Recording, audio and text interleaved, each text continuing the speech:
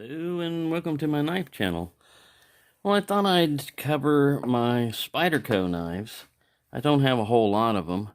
When I first started watching knife channels and everything, about a year and a half or so ago, Nick Shabazz was always talking about the Spyderco Delica. And they were pretty expensive back then. In VG10, they were about like 80, 90 bucks. And Spyderco had a version of it in ZDP 189, which I went ahead and got. And that's the one made in Seki City, Japan. I put a different edge on it. I laid it back a little bit, and this thing is wickedly sharp. It's a cool little knife. My story on Spydercos are, I was around before Spydercos were a knife company and everything. And when they first came out, I saw that round hole and went, ugh. You know, I just didn't see the aesthetics or anything of it. You know, I just like, why put that hump in there? And I never even handled one. Just because of the looks of it, I went, it's not for me. And then I, like I said, was watching knife reviews and everything, and Nick Shabazz was talking about it being a gem, and a lot of other people were talking about it being a good knife, you know, and everything. So I thought, well, you know, rather than just go with the standard one, if it's as good as it most people say it is, you might as well get it with a little bit better blade steel if you can afford it. I think this was around $100 or so, a little bit more. I don't remember exactly how much I paid for it. At the same time, I got the Endura in ZDP 189, and this is supposed to be British racing green, which is almost an olive drab. So pretty cool. This is a huge knife. I mean, it doesn't weigh a lot, but I mean, it's got a huge blade on it. And as you can see, I got that much extra of my hands there if I'm up choking on it, you know. If I get back here, I still got extra room. So I wound up not needing this. It wasn't really, I didn't need that very often. And this was a more practical size most of the time.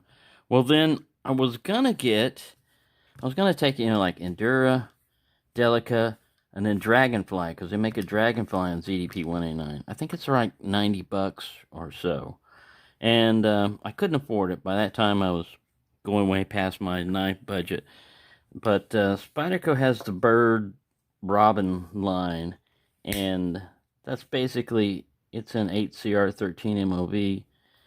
It's not as good of a steel as the ZDP 189, and actually this size is where you would want the best steel anyways, because you have less blade to use, so you're always using this much of your blade to cut stuff. Using this, I've never dulled it out in one day, you know, just because it's like a backup knife. It's something that you would use. For the longest time I was carrying this and this. And so most of the time, most of my cutting tasks were handled by the little Bird Robin, which is the equivalent of the Dragonfly. It's just like, I think this thing was only like about 20-something bucks. But it's a pretty cool knife, pretty good. I mean, it's got a good snap on it and a good lock back. And the steel's not bad. I was mainly getting it to see if I like that size, and I do. I just haven't gotten around to getting that other one. And then Spyder came out with the Sage 5 Lightweight. And I love this leaf blade shape.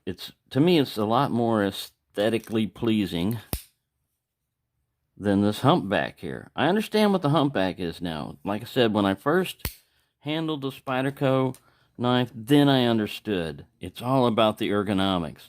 The looks don't really matter. It's how well it fits in your hand. But the main reason I wanted to get this is it's basically the same size of my general EDC, which is around 3 inch for a small one, 3-inch blade, and it has a compression lock, which I was curious about.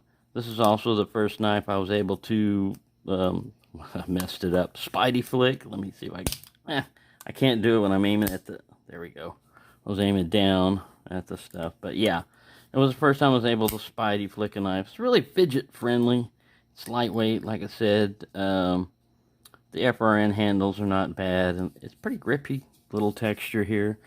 It's a great little knife. This one was about 140 or so. So after that, I didn't get this particular Elementum, but I started going to the blue Elementum, carrying it. And it pretty much, like I said, same length of blade. It covers the same class of what I was going to do. And even though the Sage 5 lightweight is more expensive than this one right here, I like this knife better, the Elementum. So this one always goes with me, and sometimes I stick one of these guys in just because this one is flippable, so you got the fidget factor, if you like fidget around with knives and stuff. But these are sturdy and practical, and you can't go wrong usually with a Delica or even the Bird line. The thing about those are they're made of, usually a little bit lesser quality steel, but sometimes they add things like the Bird version of the Delica has a choil up here, a finger choil, where the original Delica doesn't. It has a place where you can put your finger, but it's not sloped and ramped and jimped and everything for you like the